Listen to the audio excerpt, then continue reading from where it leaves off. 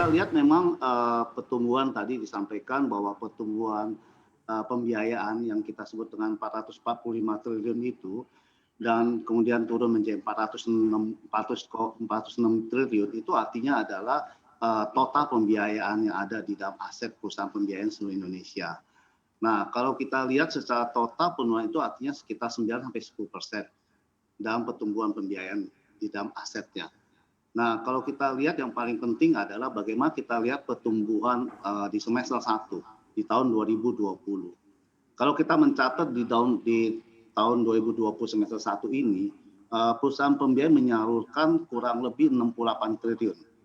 Ini artinya terjadi koreksi kurang lebih 34 triliun dibanding semester 1 di tahun 2019 yang sebesar 103 triliun.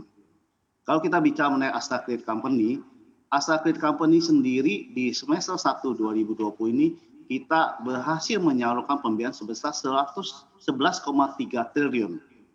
Artinya ini juga terjadi koreksi sekitar 18 triliun dibanding semester 1 tahun 2019 yang sebesar 13,8 triliun.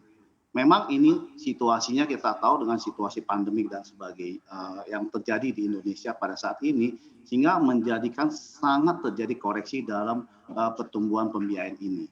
Tetapi ini tentunya lebih baik daripada penurunan penjualan otomotif khususnya roda 4 karena ACC kita spesialis membiayai untuk otomotif roda 4. Demikian buat Hanneke. Baik, dari penurunan 18% tersebut, ini yang paling besar atau yang paling signifikan itu di subsektor apa, Pak? 18% penurunan kita adalah di sektor pembiayaan 4 roda, karena kita khusus di pembiayaan otomotif 4 roda, Bu Hanneke. Dari 4 roda tersebut, di mana yang paling signifikan? Di kendaraan jenis apa? Oh ya. Kalau kita lihat memang secara total yang paling sering ada penurunan dalam kendaraan baru karena kita ada membiayai kendaraan-kendaraan baru yang bekerjasama dengan dealer-dealer dan showroom terkait kita. Baik, lalu terkait dengan tren pemberian restrukturisasi pembiayaan di Astra sendiri seperti apa saat ini? Oke.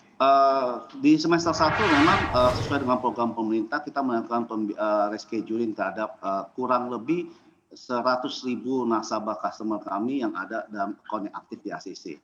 Ini artinya sekitar 25% dari customer kami kita berikan restrukturisasi atau rescheduling. Yang nilainya kalau kita bisa hitung kurang lebih sekitar 12 triliun. Tetapi kalau kita lihat dengan kondisi hari ini di bulan Juli dan Agustus, lambat laun kondisi ini mulai menurun dan kita bersyukur bahwa artinya kondisi customer kami sudah mulai back to normal dan sudah mulai mampu melakukan kembali pembayaran cicilan angsuran mereka.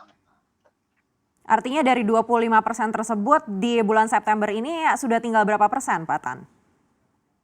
Kalau kita lihat kurang lebih sudah menurun sekitar tinggal 40% sampai 50% penurunan yang terjadi dalam total restrukturisasi yang kita sudah setujui. Dan artinya ini trennya sudah melandai begitu ya untuk tren restrukturisasi sendiri? Ya, betul, Bu.